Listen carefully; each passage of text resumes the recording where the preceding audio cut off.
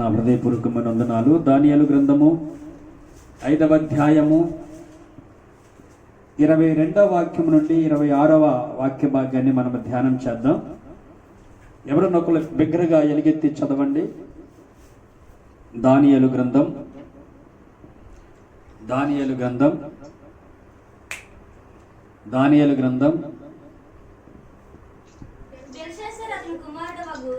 Belshazzar అతని కుమారుడు వగు నీవు ఈ సంగతి అంతయు ఎరిగి ఉండియు నీ మనసును అనుసుకొనక పరలోకమందున్న ప్రభువు మీద నిన్ను నీవే హెచ్చించుకొంటివి.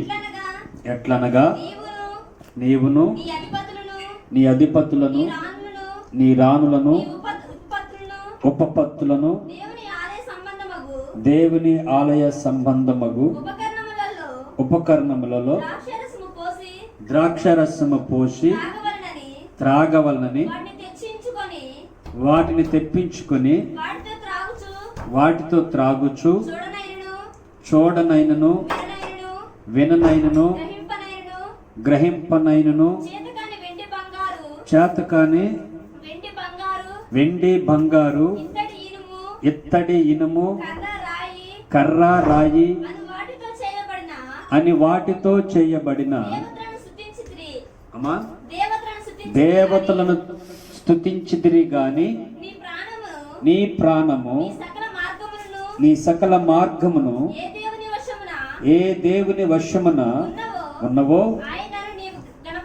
గణపరచలేదు. కావున ఆయన నిన్ను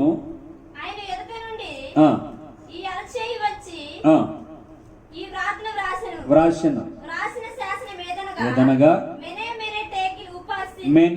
మెనే టెకెల్ ఉపార్షిన్. ఈ వాక్య భావం ఏమనగా మెనే అనగా దేవుడు నీ ప్రభుత్వ విషయములో లెక్క చూచి దానిని ముగించెను. టెకెల్ అనగా ఆయన నిన్ను త్రాసులో తూచగా నీవు తక్కువగా కనబడితివి. పెరేష్ అనగా నీ రాజ్యమును నీ యొద్ద నుండి విభాగింపబడి మాధీయులకును పారాసీకులకును ఇయ్యబడును. దేవుని పరిశుద్ధ నామానికి మహిమ కలుగును గాక. చదవబడిన వాక్య భాగము దానియేలు గ్రంథము 5వ అధ్యాయము 22వ వాక్యం నుండి 26వ వాక్య భాగం వరకు మనం ధ్యానిస్తూ వచ్చాం. ఈ వాక్యంలో బెల్షాజర్ ఎవరతను, అతని పేరు ఏం పేరు? ఆ రాజు పేరు బెల్షాజర్ అనే వ్యక్తి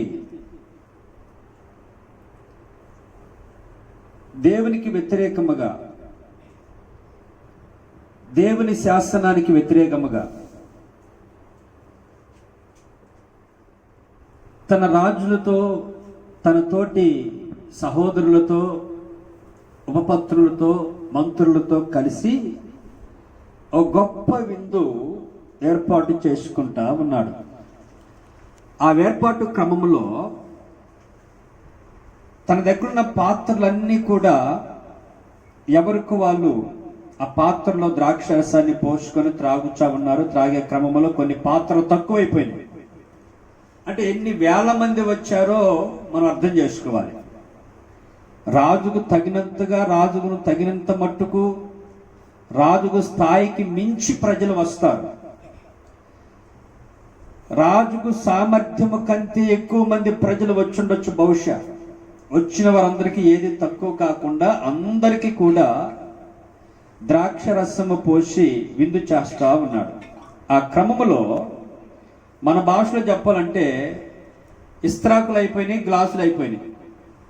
విందులో ఇస్త్రాకులు, గ్లాసులు అయిపోయినప్పుడు ఏం చేస్తాం? హడావుడిగా షాప్కి వెళ్ళి కొనుక్కొస్తాం, అవకాశం ఉంటే, లేకపోతే పక్కడింటికి వెళ్ళి పట్టుకొస్తాం. ఈ మనవడు ఏం చేశాడంటే బెల్షాజరు, ఎక్కడనేరా పాత్రలు అనుకుంటే దేవుని మందిరం గుర్తొచ్చింది మనవడికి. అది దేవుని పరిశుద్ధమైన మందిరం, జీవము కలిగిన దేవుని మందిరములో ఉన్న పాత్రలు తీసుకురమ్మన్నాడు. తీసుకొచ్చాడు. ఆ జీవం కలిగిన దేవుని మందిరం ఉన్న పాత్రలతో ఆ ద్రాక్షరసం పోసి మనడు విందులో పాల్గొన్నా ఉన్నాడు.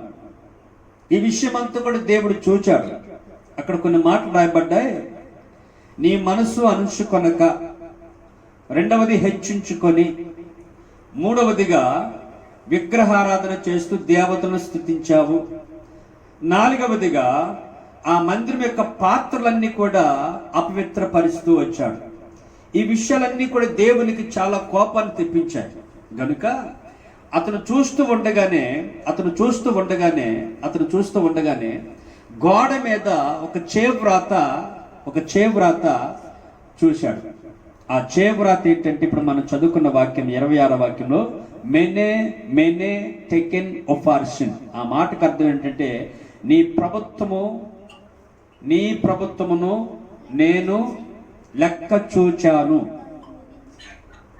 చూచి ముగించాను. రెండవదిగా ఆయన నిన్ను త్రాసులో తోచగా నీవు తక్కువగా కనబడితివి. నీ రాజ్యము నీ యొద్ద నుండి విభాగింపబడి ఆ రాజు విపరీతమైన ఆ పొరపాటు దేవునికి నచ్చని పరిస్థితిలో అక్కడ ఒక మాట మనకు రాయబడుతుంది. దేవుడు నిన్ను త్రాసులో తూచాడు, నిన్ను త్రాసులో పెట్టి తూచినప్పుడు, కాటాలో పెట్టి తూచినప్పుడు నీవు తక్కువగా కనబడితివి గనుక నీ రాజ్యము తీసివేయబడింది. పొరపాట్లు రెండు ఉంటాయి. ఒకటి తెలిసి చేసిన పాపం ఉంటుంది, రెండవది తెలియక చేసిన పాపము ఉంటుంది. తెలియక చేసిన పాపానికి కనికరం ఉంటుంది, క్షమాపణ ఉంటుంది, దేవుని కృప ఉంటుంది, దేవుని మంచితనము, దేవుని దయ, దేవుని జాలి, ప్రేమ అన్ని ఇమిడి ఉంటాయి. అందుకనే భక్తుడైన పౌలు అంటాడు తిమోతి పత్రికలో, మొదటి తిమోతి పత్రిక 1:13 అంటాడు ఆయన, నేను తెలియక చేసి తిని గనుక కనికరించబడి తిని అంటాడు. అక్కడ చౌతరి ఎవరన్నా తీసి మొదటి తిమోతి పత్రిక 1:13లో నేను తెలియక చేసి తిని గనుక కనికరించబడి తిని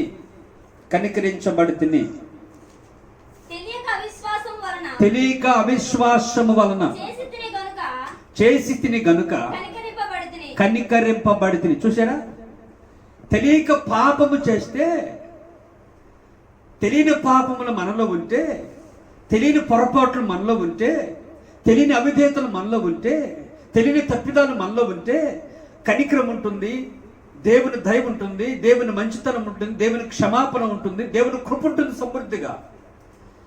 మరి బెల్షాజరు తెలిసి చేశాడా, తెలియక చేశాడా? బైబిల్ ఉంటుంది ఇక్కడ దానియేలు గ్రంథం 5వ అధ్యాయంలో 5వ అధ్యాయం 23వ వాక్యం రాయబడుతుంది. అతను తెలిసి పాపం చేసిన ఎరిగి. చదవండి ఆ మాట. దానియేలు గ్రంథము 5వ అధ్యాయము, దానియేలు గ్రంథం 5వ అధ్యాయం. నీవు అదిగో ఈ సంగతంతా ఎరిగావు. ఏది తప్పో, ఏది మంచో, ఏది చెడో నీకు తెలుసు. నువ్వు తెలిసి పొరపాటు చేశావు. అందుకే దేవుని యొక్క ఉగ్రత, దేవుని యొక్క కోపం తీవ్రంగా తన మీదకి వచ్చింది. తన తండ్రి అయిన నెబుకద్నెజరు గర్వించినప్పుడు కొన్ని సంవత్సరాలు గడ్డి వేసిన సంగతి ఉదాంతం కుమారుడుగా తనకు తెలుసు. తన తండ్రి బుద్ధి తెచ్చుకొని క్షమించిన ఉదాంతము తెలుసు. దేవుని ఉగ్రత ఏంటో తెలుసు, దేవుని కోపము తెలుసు, దేవుని క్షమాపణ తెలుసు, పాపము చేస్తే దేవుడు పెట్టే శిక్షలు తెలుసు. అంటే మనోడు బెల్షాజరు తెలిసి చేసిన పొరపాటు అని మనకు అక్కడ అర్థమవుతుంది. దేవునికి స్తోత్రము కలుగును గాక. ఈ గ్రంథాన్ని దానియేలు రాశాడు. దానియేలు గ్రంథంలో దానియేలు నలుగురు రాజులు పరిపాలనలో, నలుగురు రాజుల యొక్క ఏలుబడిలో దానియేలు హెచ్చించబడినట్లుగా వాక్యం సెలవిస్తూ ఉంది. రాజులు మారారు, రాజ్యాలు మారినాయి, కానీ దానియేలు మాత్రం మారలేదు. హల్లెలూయా. అందులో ఒకటి నెబుకద్నెజరు, రెండవ రాజు బెల్షాజర్, మూడవ రాజు దర్యావేషు, నాలుగవ రాజు కోరేషు. ఈ నలుగురు రాజుల యొక్క పరిపాలనలో దానియేలు ఏకచక్రాధిపత్యాన్ని వహించాడు, ఘనత పొందాడు. స్తోత్రము కలుగును గాక. నలుగురు రాజుల్లో కూడా దానియేలు ఘనుడు ఎంచబడ్డాడు. అదొక క్రియేటివ్. అంటే ఒక రాజుకు నచ్చితే ఒక రాజుకు నచ్చడు. కొంతమంది ఒకరికి ఒక పరిపాలన బాగుంటే ఒక వ్యక్తి ఒక్కొక్క పరిపాలన ఒక్కొక్క వ్యక్తికి బాగోడు, వ్యతిరేకంగా ఉంటాడు. కానీ దానియేలు మాత్రం నలుగురు రాజుల కాలంలో కూడా దానియేలే ఘనుడుగా, దానియేలే శ్రేష్ఠుడుగా, దానియేలే ఇష్టుడుగా ఆ రాజ్యములో ఉన్నట్టుగా వాక్యం సెలవిస్తూ ఉంది. దేవునికి స్తోత్రము కలుగునుగాక. ఇప్పుడు మనం చదువుకున్న వాక్య భాగంలో బెల్షస్సర్ రాజు యొక్క కాలంలో జరిగిన వృత్తాంతం, దేవుడు చేబ్రాతతో రాయబడిన మాట, ఒక్క మాట తీసుకుంటున్నాను. అదేంటి తెలుసా? నిన్ను త్రాసులో తోచగా నీవు తక్కువగా కనబడితివి. ఈ రోజున దేవుని ప్రజలను గమనించండి. దేవుడికి మనకి ఎంతో మంచి సమయాన్ని ఇచ్చాడు, మంచి ఆధిక్యతనిచ్చాడు, మంచి ఘనతనిచ్చాడు, మంచి హోదానిచ్చాడు. ఎప్పుడూ నశించిపోతున్న మన బ్రతుకుల్ని ప్రభు ప్రేమించాడు, మన పట్ల జాలి పడ్డాడు, కృప చూపించాడు. దేవుని మంచితనాన్ని చేతగానితనంగా తీసుకోకుండా, అలుసుగా తీసుకోకుండా, దేవుడు మనల్ని క్షమిస్తున్నాడులే, ఎన్ని పొరపాట్లు చేస్తున్నా, ఎన్ని తప్పిదములు చేస్తున్నా, ఎన్నిసార్లు అవిధేయతల్లో పడిపోతున్నా, శిక్ష నా మీదకి రావటం లేదులే, తప్పిదములు పొరపాటు నా మీదకి రావటం లేదులే, ఉగ్రత నా మీదకి రావటం లేదులే, నేను బాగానే ఉంటున్నానులే అని నువ్వు భ్రమలో ఉంటే పొరపాటు. ఎన్నిసార్లు చెప్పినా విననులని వాని మీదకి అపాయం హఠాత్తుగా వచ్చి పడిపోద్ది అని వాక్యం సెలవిస్తా ఉంది. మనల్ని చూశాడు ఒక్కసారిగా దేవుని హస్తం వచ్చి మేనే టేకెన్ ఓ ఫార్షన్, నీ రాజ్యమును తూచాను. దేవునికి స్తోత్రము కలుగును గాక. మనల్ని కాటలో పెడితే తక్కువగా కనబడ్డట. ఈ వాక్యం వింటున్న సహోదరి, నువ్వు ఏ మాత్రం కూడా ఇప్పుడు తక్కువగా కనబడకూడదు. దేవుని దృష్టిలో మనమందరం ఎక్కువ వారిగా కనబడదుము గాక. ఇందులో ఒక్క మాట మనం ధ్యానం చేస్తే రెండో మాట ఆటోమేటిక్ అర్థమైపోద్ది. వీడు మంచోడు అన్న మనకు ఇద్దరు మనుషులు ఉన్నప్పుడు పక్కడోడు చెడ్డోడు అని అర్థం. దీన్ని చెడ్డోని చెప్పాల్సిన పని లేదు. పక్కన ఇద్దరు ఉన్నప్పుడు ఒకరిని బొగడం అనుకో, వీడు చాలా మంచోడు రా అన్నావు అనుకో, పక్కడోడు చెడ్డోడు అని అర్థం. వీడు మంచి భక్తి పొడు అన్నావు అనుకో, పక్కన మనకు అర్థమైంది ఈజీగా, వీడు భక్తి లేనివాడు అని అర్థం. వీడు మంచి ప్రార్థన పడు ప్రజలు అన్నాం అనుకో, వాడు ప్రార్థన లేనివాడు అని అర్థమైపోద్ది. అంటే ఒక్కరిని పొగిడామంటే ఆటోమేటిక్గా రెండో వాడి లక్షణం ఈజీగా మనకి అర్థమవుద్ది. ఇప్పుడు మనం చదువుకున్న వాక్య భాగంలో తక్కువ గురించి చెప్పుకున్నాం అనుకో, ఎక్కువ మనం ఏం చేయాలో మనకు అర్థమవుద్ది. ఎక్కువ ఏం చేయాలో తెలుసుకున్నాం అనుకో, ఏ విషయంలో తక్కువగా ఉన్నామో మనకు అర్థమైపోద్ది. అర్థమైన గట్టి రెండు చేతుల పైకెత్తి స్తోత్రం చెప్పండి. దేవునికి స్తోత్రము కలుగును గాక. నిన్ను త్రాసులో పెట్టి తూచాను, నీవు తక్కువగా కనబడితివి. అంటే దేవుని దృష్టిలో ఏ క్రైస్తవుడు కూడా తక్కువగా కనబడకూడదు. తక్కువగా కనబడితే తేలిపోతాం. తక్కువగా కనబడితే అది డొల్లతనంగా వచ్చింది. తక్కువగా కనబడితే ప్రభు మన పెరికి వేస్తాడు. తక్కువగా కనబడితే మన దేవుడు హఠాత్తుగా మన శిక్షిస్తాడు అనే సంగతిని జ్ఞాపం చేసుకోవాలి. మరి ఎలా కనబడాలి? దేవుని దృష్టిలో మనం ఎక్కువ వారముగా కనబడాలి. దేవునికి స్తుతి కలుగును గాక. ఏ విషయంలో ఎక్కువ వారిగా కనబడాలి? రండి బైబిల్ వాళ్ళు తెరవండి. మీరు అనుమతిస్తే ఒక 5 ప్రభు చిత్తమైతే ఒక 7 విషయాల్లో మనం ఎక్కువ వారముగా ప్రభు కనబడాలి. ఎక్కువ వారముగా కనబడే విషయాలు ఏంటో మనం తెలుసుకుంటే మనం ఏ విషయంలో తక్కువ వారిగా ఉన్నామో, ఏ విషయాల్లో తక్కువ వారిగా ఉన్నామో మనకు కనబడుతుంది. నిన్ను త్రాసులో తోచగా తక్కువగా కనబడుతుంది. ఎక్కువ విషయాలు తెలుసుకున్నాం అనుకో, తక్కువ విషయాలు ఈజీగా మనకు అర్థమైపోద్ది. ఇంక చెప్పాల్సిన పని లేదు. నేను ఈ విషయంలో తక్కువగానే చెప్పాల్సిన పని లేదు. అందుకే మనం ఈ పూట 7 ఎక్కువైన సంగతులు ఏంటో మనం ఈ పూట ధ్యానించేద్దాం. రండి బైబిల్లో తెరవండి. 1 యోహాను సువార్త 21వ అధ్యాయం 15వ వాక్యం. యోహాను సువార్త 21వ అధ్యాయము 15వ వాక్యం. వారు భోజనము చేసిన తరువాత యేసు సీమోను పేతురును చూచి, యోహాను కుమారుడవైన సీమోను, వీరి కంటే నీవు నన్ను ఎక్కువగా ప్రేమించుచున్నావా అని అడుగుగా, అవును ప్రభా, చాలు. ఎక్కువగా ప్రేమించుచున్నావా అంటే దేవుడు మన నుండి ఏమి కోరుకున్నాడు తెలుసా? ఎక్కువైన ప్రేమ. అందరు నోరు తెరిచి చెప్పాలి. ఏం కోరుకున్నాడు దేవుడు? చెప్పండి. చెప్పాలి. ఏం కోరుకున్నాడు చెప్పండి. ఎక్కువైన ప్రేమ. మన నుండి దేవుడు ఏం కోరుకున్నాడు తెలుసా? దేవుణ్ణి ఎక్కువగా ప్రేమించాలి. నువ్వు దేవుణ్ణి ప్రేమిస్తున్నావా? బిడ్డలు ప్రేమిస్తున్నావా? ధనాన్ని ప్రేమిస్తున్నావా? భూములు ప్రేమిస్తున్నావా? ఆస్తులు ప్రేమిస్తున్నావా? అంతస్తులు ప్రేమిస్తున్నావా? నువ్వు దేన్ని ఎక్కువగా ప్రేమిస్తున్నావు? దేవుని కంటే దేన్ని ఎక్కువగా ప్రేమిస్తావో దేవుడు దాన్ని ఓర్వలేడు, ఓర్చుకున్నాడు, దాన్ని ఎదురు నుంచి తీసివేస్తాడు. అందుకనే అబ్రహాము కుమారుని ఇస్సాకును దేవుడు ఎందుకు కోరుకున్నాడు తెలుసా? దేవుని కంటే కూడా లేక పుట్టిన కుమారుని ఎక్కువగా ప్రేమించాడు కనుక నీ ఒక్కడైన కుమారు నాకు బలిగా అర్పించు. సహోదరుడా వినండి, నువ్వు దేవుని కంటే దేన్ని ఎక్కువగా మనము ప్రేమించకూడదు. బైబిల్ అంటుంది, నాకంటే తల్లినైనను తండ్రినైనను ప్రేమించువాడు నాకు పాత్రుడు. మత్తయి సువార్త 10వ అధ్యాయము 87వ వాక్యములో ఆ మాట రాయబడుతుంది. మత్తయి రాసిన సువార్తమానము 10వ అధ్యాయము. తండ్రినైనను తల్లినైనను నాకంటే ఎక్కువగా ప్రేమించువాడు నాకు పాత్రుడు కాడు. మొట్టమొదటి మాట దేవుని మనం అన్నిటికంటే ఎక్కువగా ప్రేమించేవారముగా ఉండాలి. నువ్వు దేవుని తక్కువగా ప్రేమిస్తున్నావేమో, అప్పుడప్పుడు ప్రేమిస్తున్నావేమో, ఆదివారం అప్పుడు ప్రేమిస్తున్నావేమో, పండగలప్పుడు ప్రేమిస్తున్నావేమో, ఏమో తిరణాలప్పుడు ప్రేమిస్తున్నావేమో, నీకు నచ్చినప్పుడు ప్రేమిస్తున్నావేమో, రోగాల్లో ప్రేమిస్తున్నావేమో. అటువంటి ప్రేమ సరైన ప్రేమ కాదు. ఏ పరిస్థితుల్లోనైనా దేవుణ్ణి ప్రేమించాలి. అందుకనే పాపాత్మని స్త్రీ వచ్చినప్పుడు ఈమె నన్ను విస్తారముగా ప్రేమించింది గనుక విస్తారమైన పాపము నేను క్షమించి తిని స్తోత్రము కలుగునుగా. అంటే దేవుడు మన నుండి ఏమి కోరుకున్నాడు తెలుసా? ఎక్కువగా ప్రేమించే జనాంగం నాకు కావాలి. నన్ను ఎక్కువగా ప్రేమించే వాళ్ళు కావాలి. నా వాక్యాన్ని ఎక్కువగా ప్రేమించే వాళ్ళు కావాలి. నా మందిరాన్ని ఎక్కువగా ప్రేమించే వాళ్ళు కావాలి. నా సేవకుని ఎక్కువగా ప్రేమించే వాళ్ళు కావాలి. దేవుణ్ణి ప్రేమించే వారి కొరకు దేవుడు ఎదురు చూస్తున్నాడు. ఈ బెల్షాజరులో ఉన్న లోపం ఏంటంటే, నిన్ను త్రాసులో తూచాను, నువ్వు తక్కువగా కనబడ్డావు. ఏ విషయంలో తక్కువగా కనబడ్డాడు? దేవుణ్ణి ప్రేమించే విషయంలో తక్కువగా కనబడ్డాడు. మరి దేన్ని ప్రేమించాడు? మందుని ప్రేమించాడు. దేన్ని ప్రేమించాడు?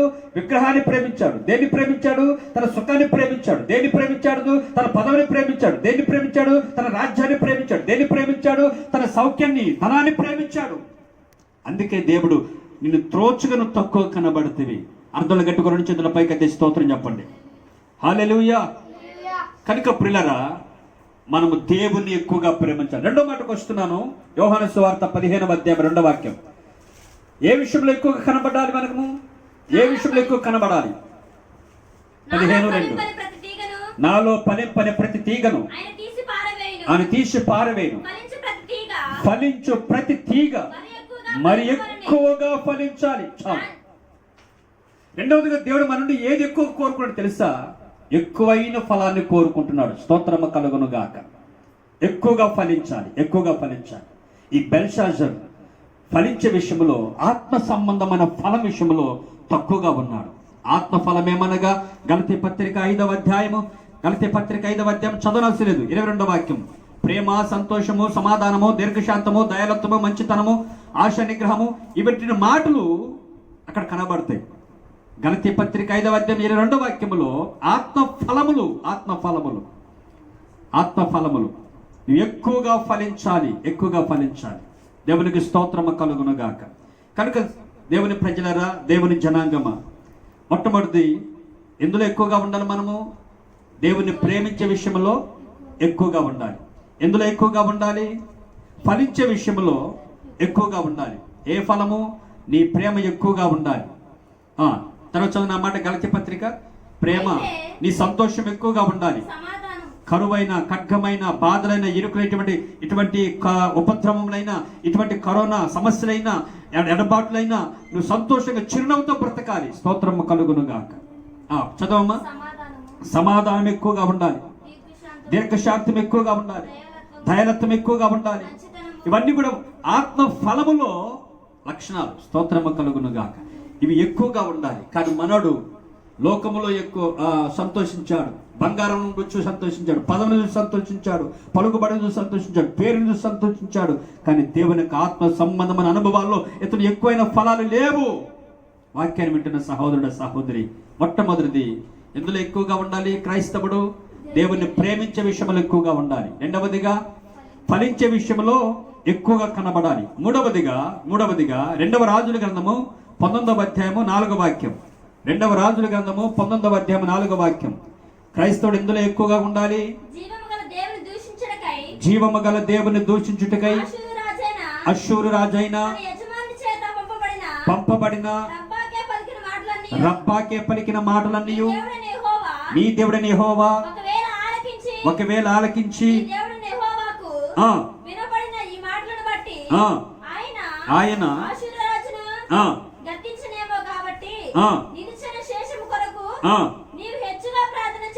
మిగిలి ఉన్న శేషము కొరకు హెచ్చుగా అనగా ఎక్కువగా ప్రార్థన చేయి, స్తోత్రము కలుగును గాక. అంటే దేవుడు క్రైస్తవుల నుండి కోరుకున్నాడు ఏం తెలుసా? ఎక్కువైన ప్రార్థన. స్తోత్రం చెప్పండి గట్టిగా. ఇటువంటి కరోనాలో ఇటువంటి సమస్యలు వచ్చినప్పుడు, ఇటువంటి ఎడబాటు వచ్చినప్పుడు మనం ప్రార్థన ఎక్కువగా చేయాలి. తక్కువ ప్రార్థన చేయకూడదు. అప్పుడు అరాకొర మందిరానికి వచ్చేవాళ్ళం. ఇప్పుడు సమయం దొరికితే ప్రార్థన చేయాలి, స్తోత్రము కలుగును గాక. ఎక్కువగా ప్రార్థన చేయాలి. సమయం దొరికితే ప్రార్థన చేయాలి. సమయం దొరికితే పాటలు పాడు, సమయం దొరికితే ఆరాధన చేయి, సమయం దొరికితే ప్రభుని స్తుతించు. ఎందుకంటే దేవుడు ఎంతో సమయం ఇచ్చాడు. ఇప్పుడు నీకు, నిన్ను, నీ భార్యను, నిన్ను, నీ కుటుంబాన్ని ఖాళీగా కూర్చొని పెట్టాడు. ఈ ఖాళీ టైంలో ఎక్కువగా ప్రార్థన చేయి, ఎక్కువగా స్తుతించు, ఎక్కువగా పాటలు పాడు, ఎక్కువగా ప్రభుని గణపరచు. దేవుని పరిశుద్ధ నామానికి మహిమ కలుగును గాక. దేవుడితో సమయం ఇస్తే అతను ఎక్కువగా పాపములో పడిపోయాడు, ఎక్కువగా త్రాగులో పడిపోయాడు, ఎక్కువగా జోదములో పడిపోయాడు, ఎక్కువగా వ్యర్థమైన స్నేహాల మధ్యలో పడిపోయాడు, ఎక్కువగా త్రాగుబోతుల విందుల్లో అతను కాలక్షేపం చేశాడు. ఆ దేవుని ప్రజలను గమనించండి. ఇటువంటి లాక్డౌన్ విషయంలో దేవునికి నువ్వు తక్కువగా కనబడకూడదు. దేవుడు నిన్ను త్రాసు వేస్తాడు, తస్మత్ జాగ్రత్త. నిన్ను తూచి వేస్తాడు, తస్మత్ జాగ్రత్త. నిన్ను త్రాసులో పెట్టి తూచినప్పుడు తక్కువగా కనబడకూడదు, ఎక్కువ వారముగా ఉండాలి. దేవుడు తూచే తోనికల్లో నువ్వు ఎక్కువ కనబడాలి. ఏ విషయంలో ఎక్కువ కనబడాలి? నెంబర్ 1, దేవుణ్ణి ప్రేమించే విషయంలో ఎక్కువగా ఉండాలి. నెంబర్ 2, ఫలించే విషయంలో ఎక్కువగా ఉండాలి. నెంబర్ 3, ఎక్కువగా ప్రార్థన చేయి. ప్రార్థించే విషయంలో ఎప్పుడు ఎక్కువగా కనబడాలి. స్తోత్రము కలుగును గాక. అప్పుడు ఎలా ప్రార్థించేవాడివి? ఏదో గుబులు పెట్టినప్పుడు ప్రార్థించేవాడివి, పనికి పోయి రాటు, అన్నం తినేటప్పుడు ప్రార్థన, పడుకునేటప్పుడు ప్రార్థన, లేచినప్పుడు ప్రార్థన. ఈ ప్రార్థన మనకు తెలుసు, పర్వత ప్రార్థన మనకు తెలియదు. కానీ ఇప్పుడైతే ప్రతి సమయములో ప్రార్థన ప్రార్థన ప్రార్థన, గంటల సమయం దేవుడు మనకి ఇచ్చాడు. ఎక్కువగా ప్రార్థించే మనసు ఈ పూట క్రైస్తవ సమాజానికి ప్రభు అనుగ్రహించను గాక. 4వ మాటకు వస్తున్నాను. లూకా సువార్త 7వ అధ్యాయం 43. లూకా సువార్త 7వ అధ్యాయం 43వ వాక్యం. త్వరగా చదవండి. అందుకు సీమోను అతడు ఎవనిని ఎక్కువగా క్షమించునో, ఎక్కువ క్షమించేవారు కావాలి దేవునికి. నీ మీద ఎవరు ద్రోహం చేశారా, తప్పు చేశారా, పొరపాటు చేశారా, వారితో ఎక్కువగా క్షమించు. వాడు పడకలేకపోయినా పర్లేదు, వాడు పిలవకపోయినా పర్లేదు, వాడు చూసి చూడట్టుగా ఉన్నా పర్లేదు, నువ్వు సమాధాన పట్టడానికి ఇదే నీకు అవకాశం. నువ్వు వాడిని క్షమించడానికి ఇదే మంచి అవకాశం.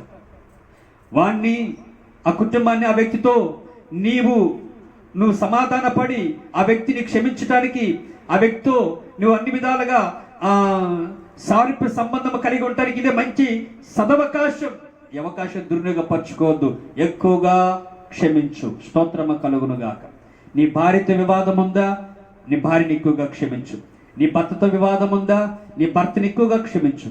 నీ బిడ్డలతో వివాదం ఉందా? నీ బిడ్డలను క్షమించు.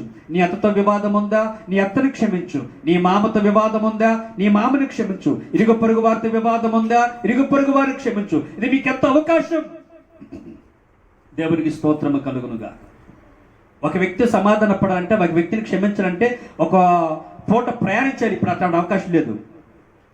పక్కనే ఉన్న మనం, ఇంట్లోనే ఉంటున్న మనం, అన్ని అవకాశాలు సమృద్ధిగా ఉన్నాయి. నువ్వు వారితో సమాధాన పడు. దేవుని కృప నీకు తోడే ఉండును గాక. 1, నిన్ను త్రాసులు తూచినప్పుడు నువ్వు తక్కువగా కనబడకూడదు, ఎక్కువగా కనబడాలి. అందులో నెంబర్ 1, ఏ విషయంలో ఎక్కువగా ఉండాలి? ప్రేమించే విషయంలో ఎక్కువగా ఉండాలి. నెంబర్ 2, ఫలించే విషయంలో ఎక్కువగా ఉండాలి. నెంబర్ 3, ప్రార్థనలో ఎక్కువగా ఉండాలి. నెంబర్ 4, క్షమించే విషయంలో ఎక్కువగా ఉండాలి. లూకా సువార్త 21:3, 5వ విషయానికి వస్తున్నాను, 5వ పాయింట్కి వస్తున్నాను. లూకా సువార్త లూకాసు వార్త 21:3. ఈ బీద విధవరాలు అందరికంటే ఎక్కువ వేసను. చాలు, స్తోత్రము కలుగునుగాక. అమ్మ వింటున్నారా? మీరందరూ వింటున్నా నమ్ముతున్నాను నేను. ఈ బీద విధవరాలు అందరికంటే ఎక్కువగా సమర్పించను. ఎక్కువ సమర్పణ. అన్నీ ఉన్నప్పుడు ఏంటి నువ్వు వేసేది ఎవరైనా వేస్తారు. లేమిడితనములని దేవునికి ఇవ్వటం నేర్చుకో. లేమిడితనములో దేవునికి ఇవ్వటం నేర్చుకో. లేమిడితనములోనే దేవునికి సమర్పించటము అలవర్చుకో. భేద విధవరాలు 2 కాసులు అందరికంటే ఎక్కువగా సమర్పణ చేసింది. దేవుని పరిశుద్ధ నామానికి మహిమ కలుగునుగాక. కనుక ఎక్కువ సమర్పణ. 1 ఎక్కువ ప్రేమ, 2వది ఎక్కువ ఫలము, 3వది ఎక్కువైన ప్రార్థన, 4 ఎక్కువగా క్షమించుట, 5 ఎక్కువగా సమర్పణ. స్తోత్రము కలుగునుగాక. నీ సమర్పణ రేంజ్ పెరగాలి. దేవుని నామానికి స్తుతి కలుగునుగాక. 6వదిగా అపోస్తుల కార్యము 9:22. అపోస్తుల కార్యము 9:22. అయితే సౌలు మరి ఎక్కువగా బలపడి ఈయనే క్రీస్తు అని రూఢీపరచుచు దమస్కులో కాపురమున్న యూదులను కలవరపరచును. స్తోత్రం చెప్పండి గట్టిగా. ఎక్కువగా బలపడు. ఇటువంటి విపత్తులు వచ్చినప్పుడు, ఇటువంటి పరిస్థితులు ఎదిరినప్పుడు బలహీనమైపోమాకు, కృంగిపోమాకు, నీరసిల్లిపోమాకు, సనగమాకు, గొనగమాకు, ఇబ్బంది పడమాకు. దేవుడేంటి ఇలా చేసాడేంటి? మా ప్రార్థన వింటున్నాడా లేదా? ఎందుకు వచ్చింది ఇటువంటి ఎడబాటు? మేము ప్రభును గడపలేకపోతున్నాం, మా కుటుంబం సరిగ్గా జరగలేకపోతుంది. నువ్వు కృంగిపోవద్దు. ఆ దేవుని ప్రజలకు గమనించు. ఇటువంటి విషయంలో, ఇటువంటి పరిస్థితుల్లో నువ్వు ఎక్కువగా బలం పొందుకో. స్తోత్రము కలుగును గాక. నీకు బలము సమృద్ధిగా నా ప్రభు అనుగ్రహించును గాక. ఎందులో బలము? వాక్యమందు బలము, ప్రార్థనలో బలము, సహవాసములో బలము, ఆరాధనలో బలము, యేసు రక్తములో బలము. దేవునికి స్తోత్రము కలుగును గాక. బలం పొందుకో. నువ్వు బలం పొందుకోవటానికి ఇది నీకు మంచి అవకాశం. విస్తారమైన పనులున్నప్పుడు చాలా బలహీనమైపోయావు. ప్రార్థించాలంటే బలహీనపడ్డావు. మందిరానికి రావటానికి బలహీనంగా ఉన్నావు. ఇప్పుడు నువ్వు బలం పొందటానికి మంచి అవకాశం. బలం పొందుకో. దేవుని పరిశుద్ధ నామానికి మహిమ కలుగును గాక. 7వదిగా ఆఖరిదిగా లూకాసు వార్త 16:10. లూకాసు వార్త 16:10. మిక్కిలి కొంచెములో నమ్మకముగా ఉన్నవాడు ఎక్కువగా నమ్మకముగా ఉండును. హలో, ఇటువంటి పరిస్థితుల్లో ఎక్కువగా నమ్మకత్వం కలిగి ఉండు. నీ ఎక్కువ వాటి మీద నిన్ను అధికారినిగా చేస్తాడు. ఎక్కువ బాధ్యతలు అప్పగిస్తాడు. ఎక్కువగా ఇచ్చిస్తాడు. ఎక్కువగా ఘనపరుస్తాడు.